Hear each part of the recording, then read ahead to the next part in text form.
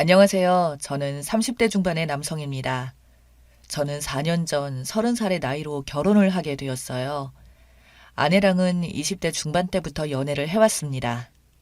어느 날 우연히 대학 후배가 저에게 자기 친구들과 여행 가서 찍은 사진을 보여준 적이 있었는데 그 사진 속에 유독 한 여자가 저의 눈에 들어왔고 그때부터 저는 후배에게 이 여자 좀 소개시켜달라고 미친 듯이 졸라서 만나게 된 것이 바로 아내와의 첫 만남이었습니다.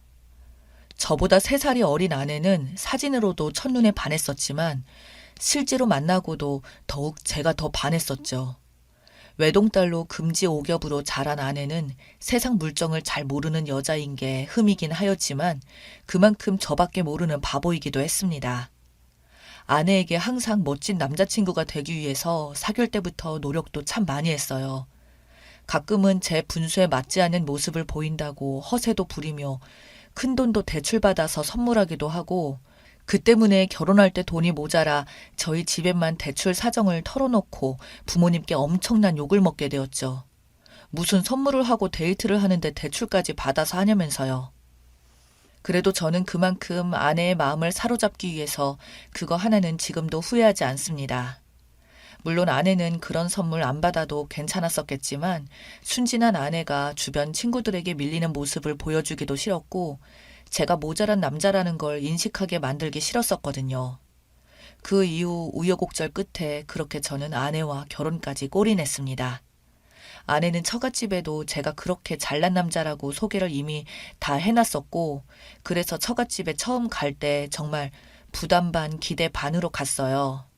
왜냐하면 아내가 저를 대기업에 다니는 남자라고 소개를 이미 해놨었거든요.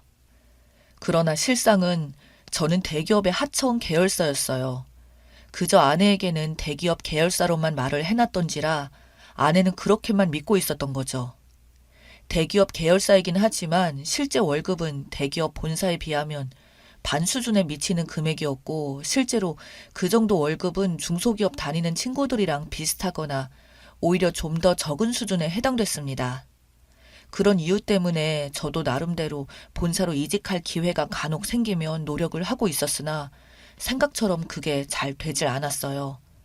순진한 아내와 달리 장인어른은 저를 날카롭게 쳐다보시며 제 회사에 대해서 알아보셨다면서 딸아이가 말하는 것처럼 그렇게 근무 조건이 좋은 것 같진 않다고 말씀하셨고 제 연봉 조건이나 여러 가지 신상에 관한 걸 상세히 들으시더니 그만하면 됐다고 내가 걱정했던 건 사실 분수에 안 맞게 자네가 딸아이에게 이것저것 무리해서 해준 게 걱정이 되었으나 한편으로는 자네가 어떤 마음에서 그랬는지 이해는 간다며 앞으로 제 미래 계획에 대해서도 물으시더군요.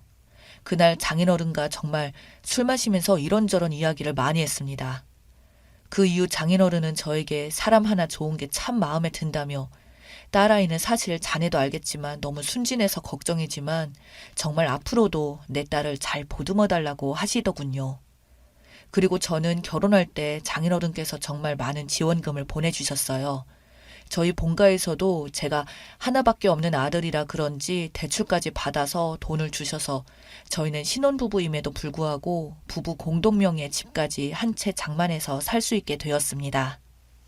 그리고 결혼할 때부터 장인어른이 딸에게 따로 어떤 말씀을 하셨는지 아내는 저에게 먼저 말하기를 우리 돈 모아야 되니까 앞으로 기념일이나 명품이나 이런 거 안 줘도 되고 해외여행도 1년에 한 번 정도만 가자며 말하는 아내에게 저는 너무 고마웠고요.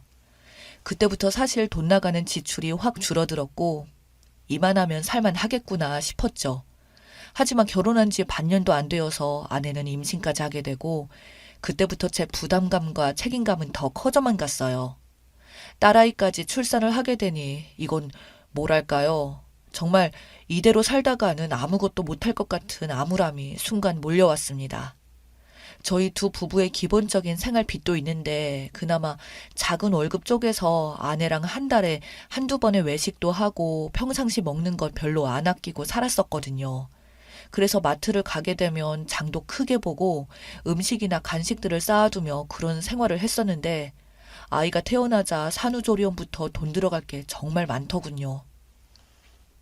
제가 낳은 소중한 자식이다 보니 미룰 수 있는 것도 아니고 그런다고 평범하게 그냥 사치도 안 부리고 생활해온 아내 보고 앞으로 딸아이 때문에 돈을 더 줄이자고 말하는 것도 쉬운 일도 아니었어요. 아내가 사치라도 부렸다면 그런 거라도 줄이자고 했을 텐데 가뜩이나 평범히 생활하던 아내가 한 번은 제가 넌지시 아이를 핑계로 아내에게 말을 꺼낸 적이 있는데 아내는 저에게 돈 모으는 거에서 우리 아기가 태어났으니까 조금씩만 덜 쓰면 안 될까라고 했더니 여기서 식비라도 줄이면 우리는 도대체 뭘 먹고 사냐는 말에 저 역시 아내가 하는 말이 틀린 말은 아니라서 할 말이 없더군요. 그래서 결국 결정했던 게 지금 다니고 있는 회사를 퇴사하고 예전부터 제안이 오던 업체로 이직하는 거였습니다. 대기업 계열사라고 하지만 그래도 대기업 이름이 붙어서 그런지 그곳에서 다닐 때는 상상도 해본 적 없던 일들이 제가 이직한 회사에서는 일어나고 있었습니다. 여러 가지 좋지 못한 만행들이나 접대 같은 것들이요. 회사 이직하기 전에 그 전 회사에서는 월급은 비록 작았지만 근무할 때 다른 사람들이 저에게 밥을 먹자, 술을 먹자고 했어도 그저 부담 없이 항상 거절하고 그랬었거든요.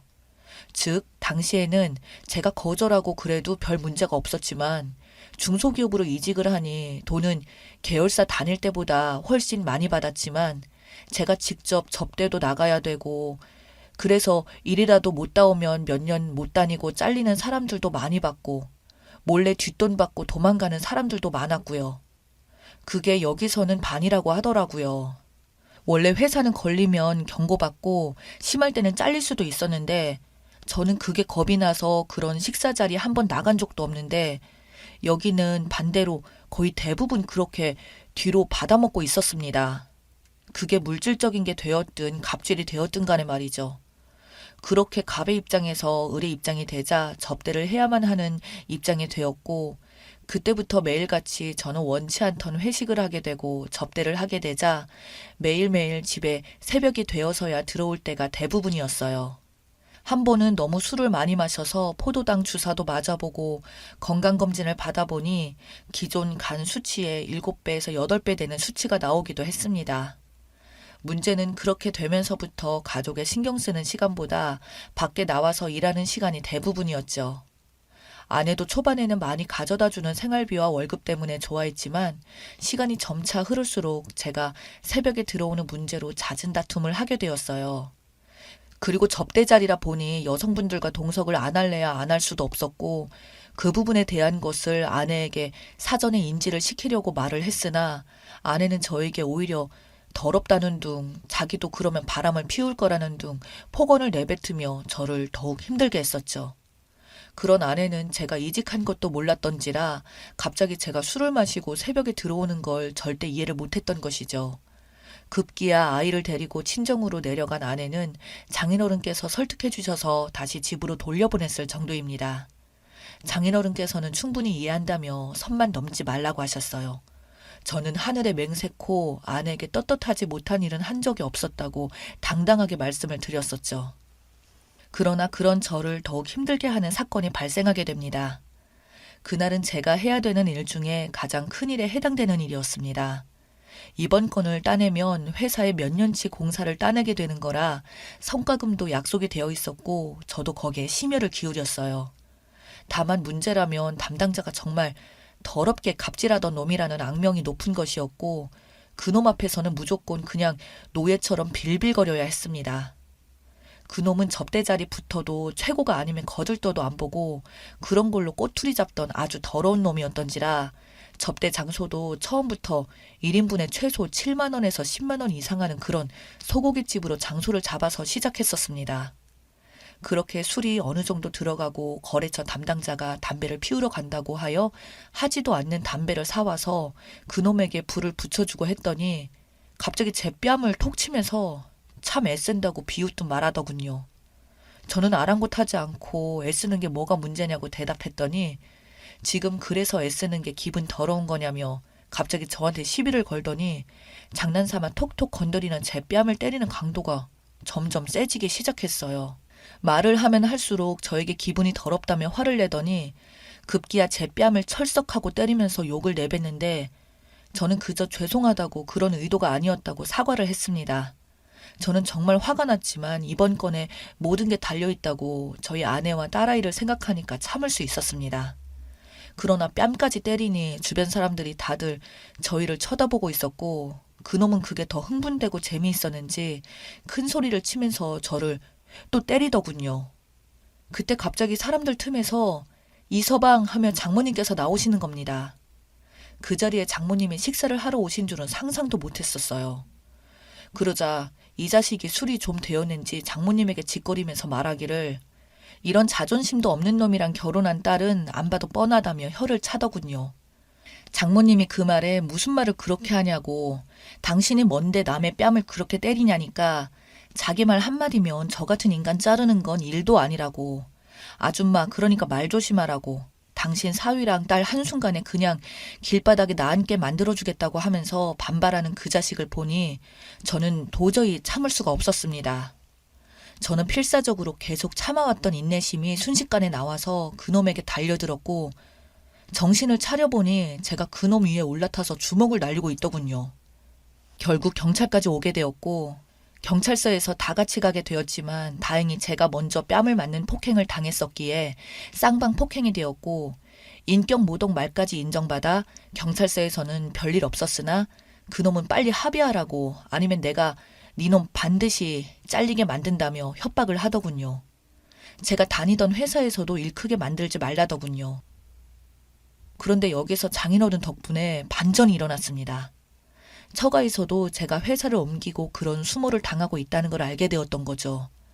사실 장인은 장모님께 모든 사실을 다 들었다며 다음날 저를 저녁에 불러내어 식사 자리에 한 분을 부르더군요. 바로 자신의 고등학교 친구라고 데리고 나오신 분이 바로 그 건설사 이사장님이었습니다. 그리고 그날 자초지종을 다 말하고 그놈이 해왔던 갑질에 대해서 듣더니 건설사 사장님은 진심으로 미안하다고 사실 어느 정도 알고는 있었지만 이렇게까지 썩은 놈인지 몰랐다며 회사와 트러블이 있던 그놈을 횡령 혐의로 고소가 들어갔더군요. 당연히 그놈 입장에서는 마른 하늘에 날벼락이 떨어진 기분이었겠죠. 저와의 폭행건은 아예 문제도 되지 않았을 수준으로 되어버렸고 거기다가 그놈은 회사에 엄청난 손해배상금을 물어줘야 했으며 그렇게 회사에서 갑질하던 그놈은 잘리게 되었다고 들었습니다. 아내는 정말 저에게 미안하다고 그동안 당신이 그렇게 힘든 줄은 꿈에도 몰랐다며 저를 달래주었고 저는 기존에 다니던 회사를 나와서 저한테 갑질한 그놈 자리에 제가 대신 스카우트제이가 와서 들어가게 되었습니다.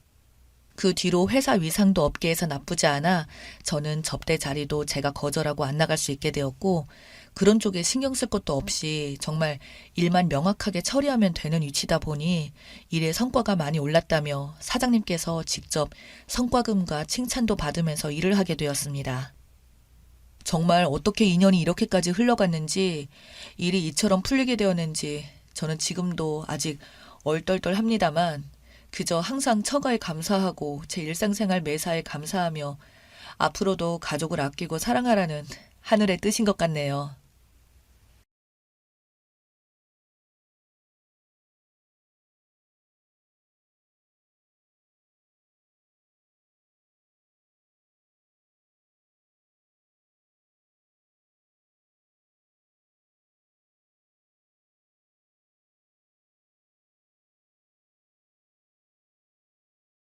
안녕하세요.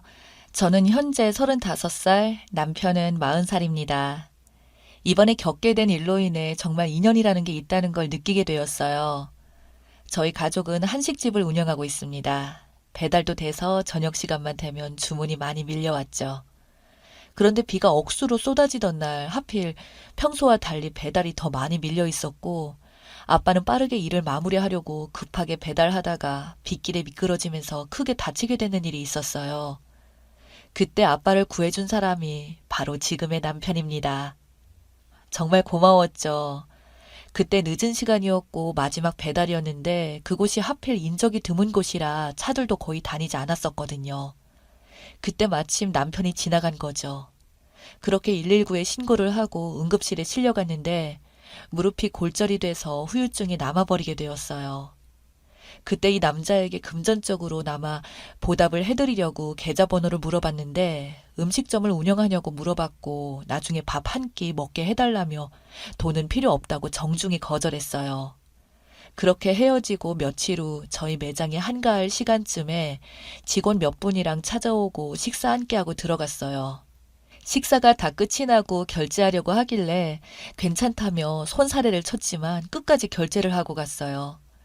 이렇게 이 남자와 인연이 닿으면서 그 이후에도 점심시간이나 저녁시간이 되면 자주 찾아와 끼니를 해결했고 매번 올 때마다 엄마는 음식에 많은 신경을 써줬습니다.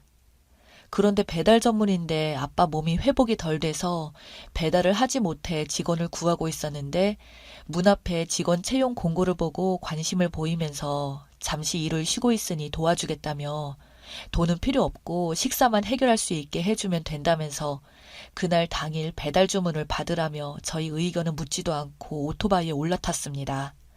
저희도 당황했지만 워낙 주문이 많이 밀려있고 급한 나머지 함께 일을 하기 시작했어요. 배달 일이 밀리지 않게 해결해주고 있어서 너무 고마웠습니다.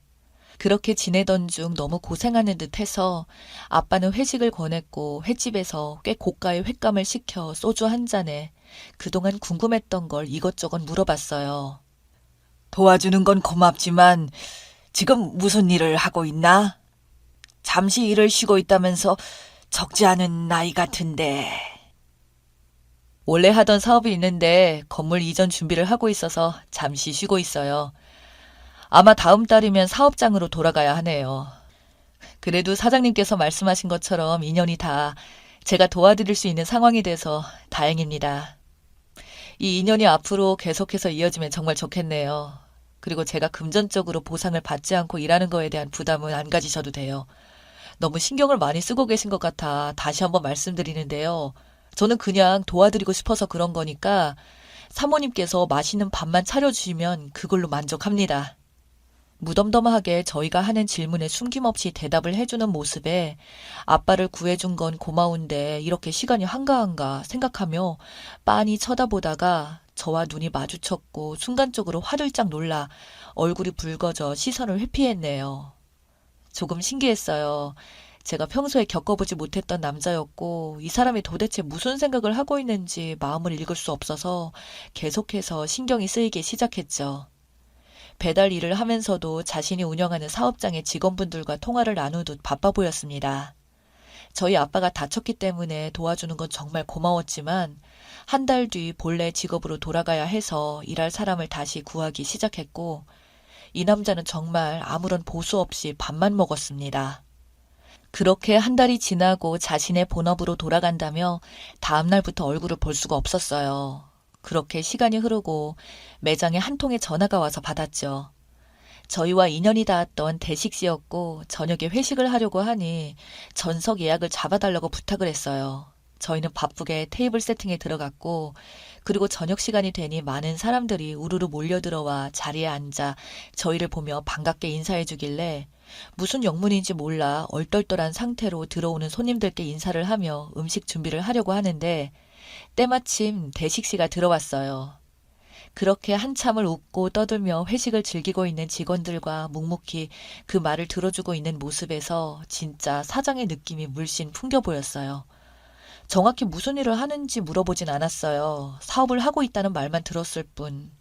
그런데 생각보다 덩치가 있는 분들이고 여성분들은 한 분도 계시지 않길래 어두운 생활을 하시는 분들인 것 같아 걱정이 되었지만 대식 씨의 얼굴 표정과 직원들의 모습을 보면 전혀 나쁜 일을 하는 분들은 아닌 것 같아 회식이 끝나고 무슨 일을 하는지 물어보기로 결심했죠.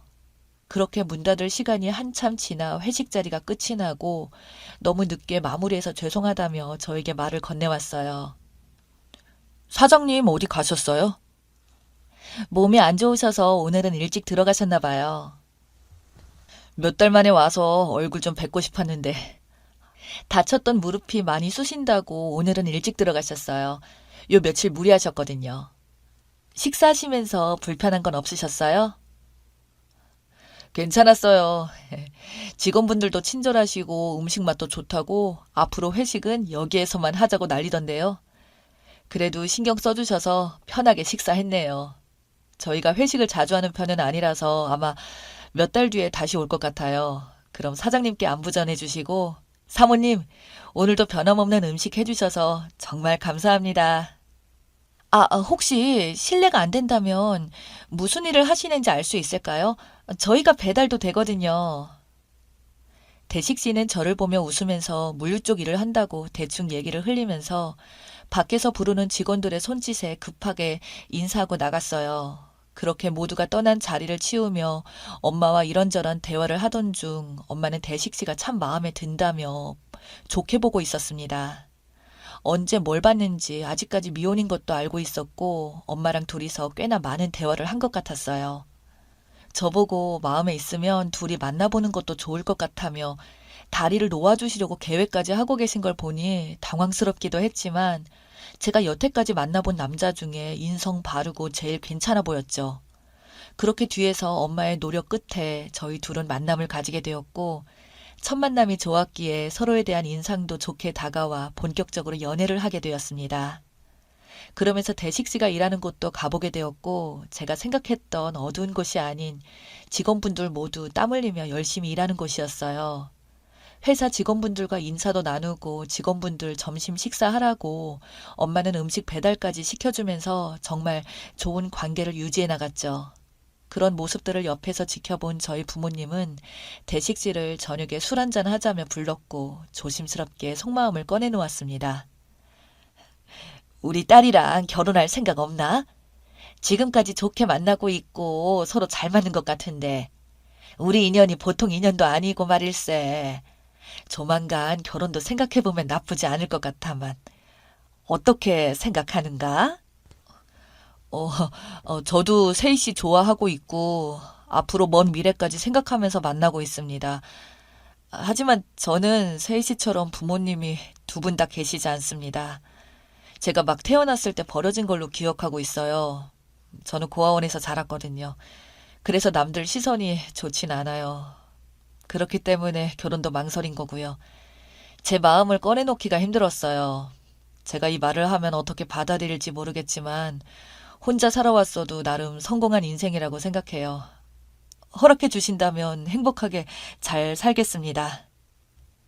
저희 가족은 모두 부모의 얼굴조차 모르는 상태로 자라온 대식 씨가 안쓰럽고 마음이 아파 혼자 많이 외로웠을 거라 생각하니 눈물이 나오려고 했어요.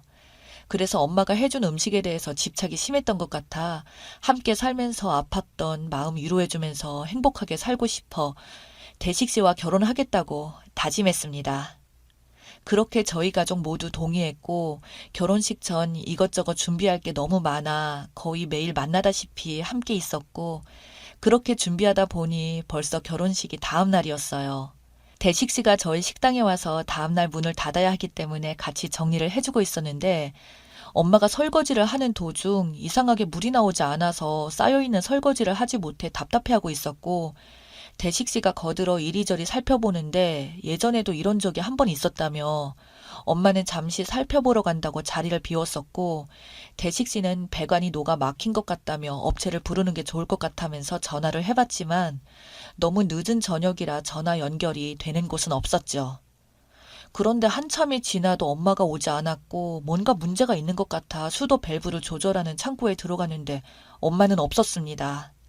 다시 매장에 들어와 엄마에게 전화를 해봤지만 전화기는 꺼져 있었고 대식 씨는 저에게 다가와 무슨 일이냐며 상황을 물어보길래 엄마가 전화기도 꺼져 있고 상수도 밸브 조절하는 곳에도 가봤지만 엄마를 찾을 수 없다고 하자 대식 씨가 찾아보겠다고 밖으로 나갔습니다. 그런데 시간이 지나도 대식 씨까지 소식이 없어 전화를 하니 마찬가지로 전화기가 꺼져 있었고 너무나 걱정돼 밖으로 나가 건물 주위를 둘러보았어요. 그런데 옥상에 불이 켜져 있길래 늦은 시간이었고 아무도 옥상에 올라갈 사람이 없는데 불이 켜져 있는 게 이상해서 빠르게 옥상으로 올라가 보니 물탱크 뚜껑이 떨어져 있고 그 안에서 이상한 소리가 들려오고 있었습니다. 저는 급하게 물탱크에 연결되어 있는 사다리를 타고 올라가 어두운 곳을 핸드폰 플래시로 비치자 충격적인 장면을 보고 말았어요. 대식 씨는 엄마를 목마 태우고 계속해서 반복적으로 점프를 하고 있었고 엄마는 위로 올라오려고 손을 뻗고 있었습니다. 저와 눈이 마주치자 하늘에 감사하다며 엄마가 제 손을 잡으려 하자 대식지는 그러다 같이 빠질 수 있다고 무리한 행동하지 말라며 119에 신고를 해달라고 힘겹게 버티고 있었네요. 저는 떨리는 손으로 119에 신고를 했고 대식씨는 엄마를 목마 태운 상태로 얼굴이 잠겼다 올라왔다를 반복하면서 가쁜 숨을 내쉬고 있었습니다. 저는 조금만 버티라며 구조대가 올 때까지 긴 파이프를 잡을 수 있게 넣어주며 그 모습을 지켜보고 있었고 그런 모습에 결국 눈물이 터지고 말았어요. 어떻게든 엄마를 살리려고 안간힘을 쓰고 있는 대식씨를 보니 너무나 고마웠지만 한편으로는 너무 미안했어요. 자기 몸을 희생하면서까지 이렇게 행동할 수 있는 사람이 도대체 몇이나 될지 대식씨가 정말 대단하게 느껴졌습니다. 오랜 시간이 걸리지 않아 구조대가 올라왔고 엄마와 대식씨를 손쉽게 끌어올려주면서 상황은 정리가 되었어요. 엄마와 대식씨는 서로 살았다며 격한 포옹을 하며 어디 다친 데는 없냐고 서로 이리저리 살폈고 구조대원에게 연신 감사하다며 고개를 숙였습니다. 어떻게 물탱크 안에 둘 다 들어가게 된 건지 물어보니 엄마가 처음 옥상에 올라가실 때 물탱크 뚜껑이 열려 있어 닫으려고 올라갔는데 물탱크 안에 고양이가 빠져서 죽은 상태로 배관을 막고 있어 바닥에 떨어져 있는 파이프로 고양이를 들어 올리려고 애쓰다가 몸이 반쯤 들어갔을 때 균형을 잃고 빠졌다며 한참을 허우적거리면서 살려달라고 외치는 도중 대식씨가 물탱크 안에 빠져있는 엄마를 보고 끌어올리려 했지만 물이 몸에 젖어 있어 무거워서 끌어올릴 수가 없었고 119에 전화를 하려 했으나 손이 물이 묻은 상태라 핸드폰이 미끄러지면서 물탱크 안에 빠졌고 급한 마음에 대식씨가 물탱크 안으로 들어가 엄마를 목마 태우고 버티고 있었다네요. 대식씨가 만약 조금이라도 늦게 발견했다면 엄마는 아마 이 세상 사람이 아닐 수도 있었다는 생각을 하니 정말 아찔했고 또 한 번 대식씨에게 너무나 고마웠습니다. 엄마는 건물주에게 전화를 해서 물탱크 안에 고양이가 빠져 있으니 처리해달라고 요청했고 녹초가 된 저희는 다음날 결혼식을 위해 일단 매장일을 마무리하고 집으로 들어갔습니다. 그렇게 다음날 결혼식은 아무런 문제 없이 무사히 끝이 났고 지금은 아주 행복하게 잘 살고 있어요. 대식씨는 매일같이 엄마가 차려준 아침밥에 너무나 행복해하면서 엄마에 대한 그리움을 위안 삼는 것 같아요. 저희 엄마가 해준 밥상이 이 세상에서 제일 최고라며 매일 점심 식사는 직원들과 함께 저희 식당으로 찾아옵니다. 생각지도 못한 상황에서 찾아온 인연이 저희 가족을 2번이나 구해준 남편에게 너무 고맙고 6개월 이후에 태어날 우리 아이와 앞으로 행복하게 잘 살았으면 하는 바람입니다. 제 사연 읽어주신 분들 저희 식당으로 모두 초대하고 싶네요. 항상 행복하시고 좋은 인연 많이 만드시길 바랍니다. 감사합니다.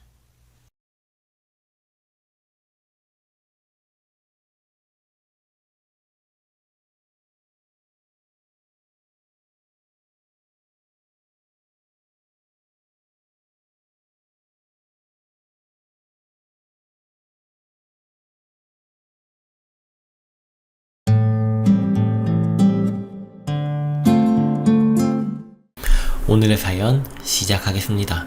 안녕하세요. 저는 29살 여자예요. 전문대 졸업하자마자 취업해서 한 달에 100만원씩 저축하고 여윳돈 있으면 또 저금하고 그렇게 열심히 모아서 4년 전쯤에 부모님 돈 합해서 7,500 주고 재개발 예정인 집을 샀는데 한창 1억 넘게 집값 오를 때 팔아서 4, 5천 정도 이득을 봤어요. 그렇게 7년 동안 저축하고 투자도 해보고 알뜰하게 모아보니 지금 제 통장에는 2억 정도의 돈이 있습니다. 그리고 저한테는 돈뿐만 아니라 거지근성 남친도 하나 있습니다. 지금 헤어지자고 말했으니 전 남친이네요. 20살 때부터 9년 동안 사귄 놈이에요. 군대에 있을 땐 저한테 참 잘했는데 제대하자마자 술에 나이트에 여자에 제 속을 썩였습니다. 그놈의 정이 뭔지 헤어지자 해놓고도 울면서 비는 남자친구를 용서해준 게 5번. 지금 지칠 대로 지쳤어요. 남자친구 가족은 여동생 둘에 어머님 한 분 계세요. 아버님이랑은 오래전에 이혼하셨대요. 한 번도 뵌 적이 없어요. 여동생 둘은 한 명은 대학생, 한 명은 취업 준비생인데 등록금도 집안 생활비도 다 남친이 대주고 있었고 큰 동생은 취직할 생각이 없어 보이더라고요. 26살인데 말이에요. 남친벌이는 저에 비해 좋은 편이에요. 세금 떼고 390 정도 받고 저는 200 정도 법니다. 남자친구는 자기 월급에 엄청 자부심 갖고 있는데 정작 집안 생활비, 자기 카드값, 동생 2명 용돈, 집세, 남친 가족 4식구 월세 살고 있습니다. 차 할부금 등등 하면 남는 게 없어요. 그래서 모아놓은 돈이 한 푼도 없어요. 저희 집도 부자는 아니지만 전세 살고 노후 준비 다 해놓으셨고 저희 아빠가 국가유공자셔서 나라에서 적지만 다달이 돈도 나오고 있고요.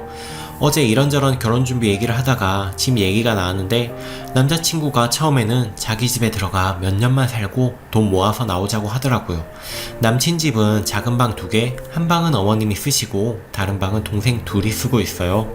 거실처럼 생긴 문 없는 방이 하나 있는데 여기에 문처럼 열고 닫을 수 있는 걸 달면 된다네요.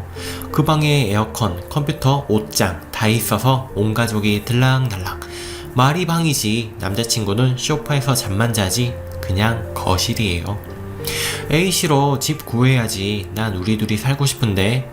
그럼 방 3개 정도 있는 집을 하나 구할까? 1억 5천 정도면 구하겠지?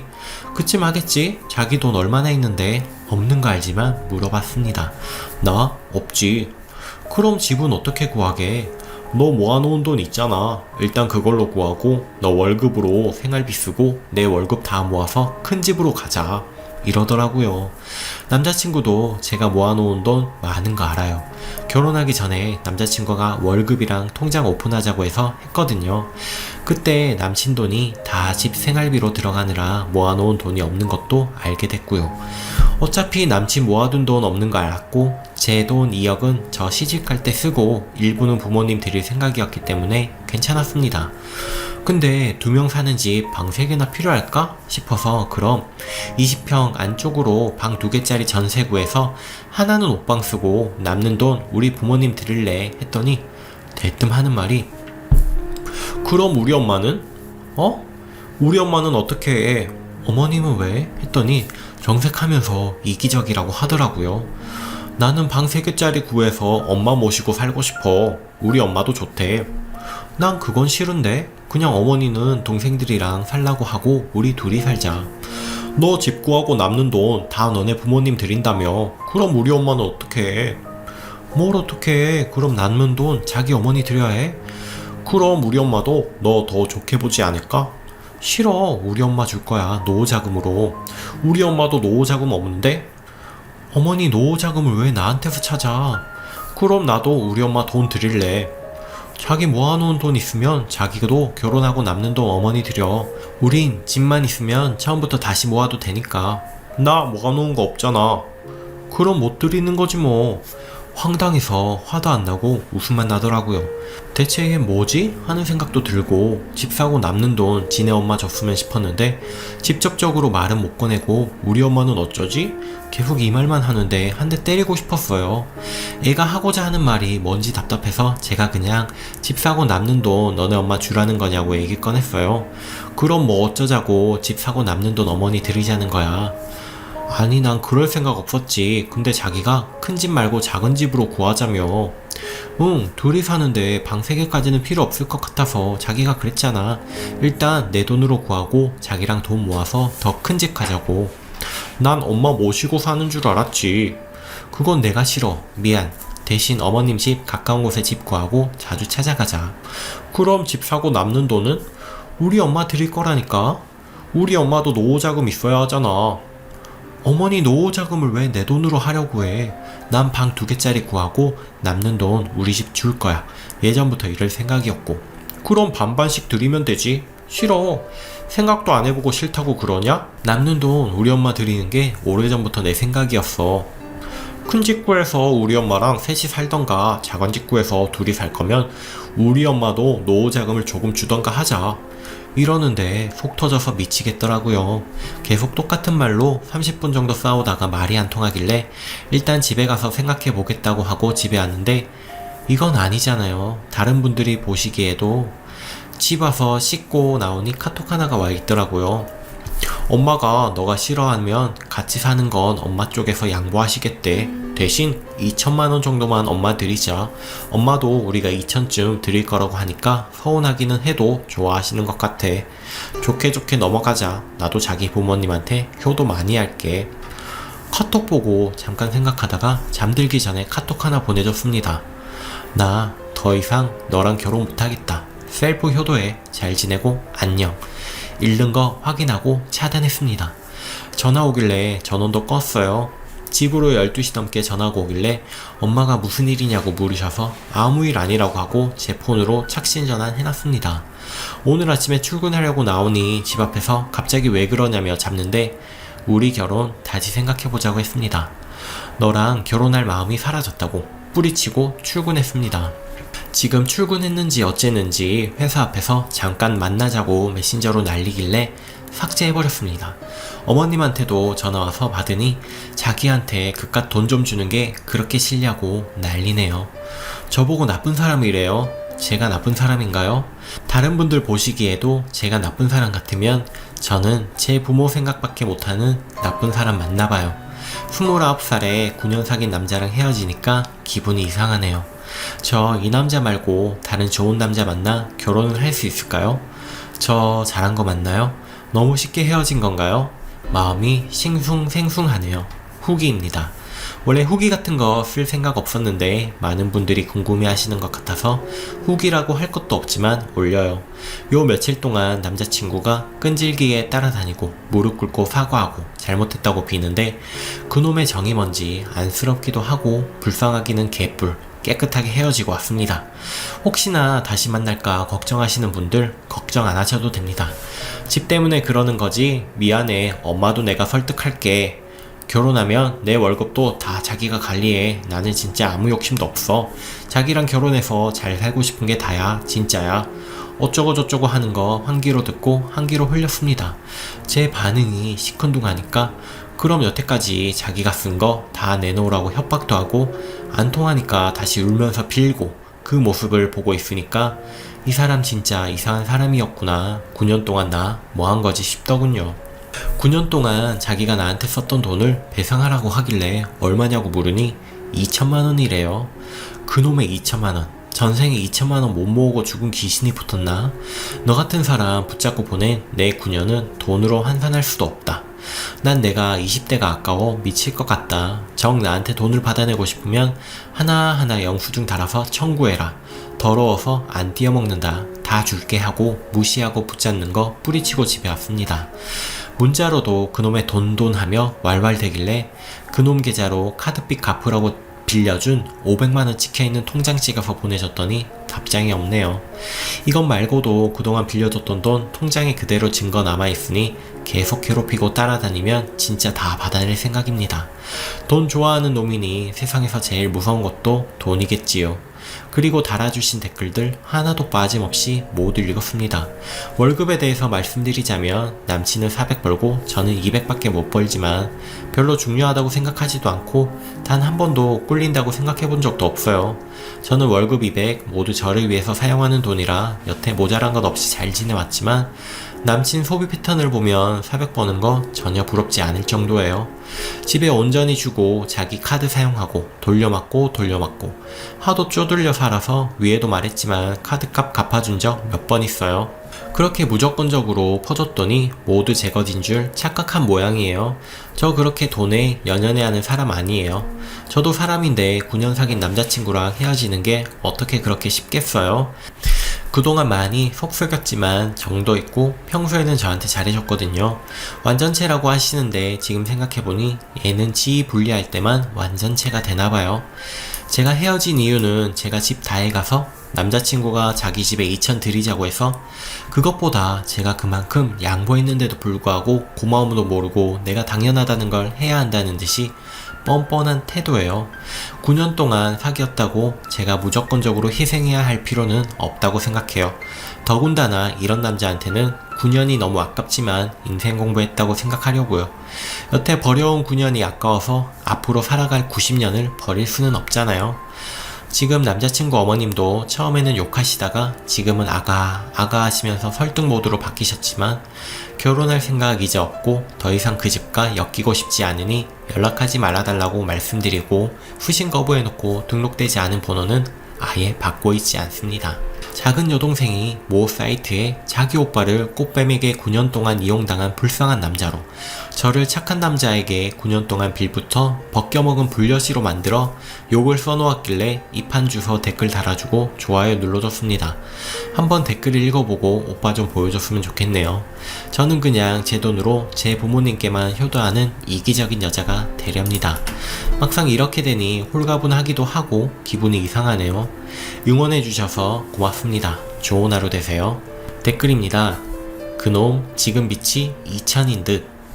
댓글이 돈을 보고 사랑한 남자를 만났다기엔 글쓴이가 너무 억울하고 글쓴이님이 좋은 남자를 만날 수 있기 위하여 시련을 겪은 것 뿐이라고 생각하세요. 누구를 만나도 이 남자보다는 나을 듯 합니다. 화이팅입니다. 댓글 3. 내가 모은 돈 내 부모님께 쓰기도 키워주신 은혜에 모자라는데 지가 뭔데? 결혼한 여자로서 결혼 깬 거 정말 잘하신 거예요. 결혼하기 전엔 부모 안 챙긴 사람도 결혼하고 나니 엄청 효자인 것 마냥 구는데, 근데 그 효도를 왜 부인을 통해서 하는지 이해할 수가 없는 게 결혼 생활이고 현실인 거 있죠? 댓글 처음 쓰는 건데 부모님께 잘하세요. 결혼하고 나면 하나하나 다 후회뿐입니다. 오늘의 사연은 여기까지입니다. 오늘도 시청해주셔서 감사합니다. 구독, 좋아요 꼭 눌러주세요. 오늘도 즐거운 하루 보내세요.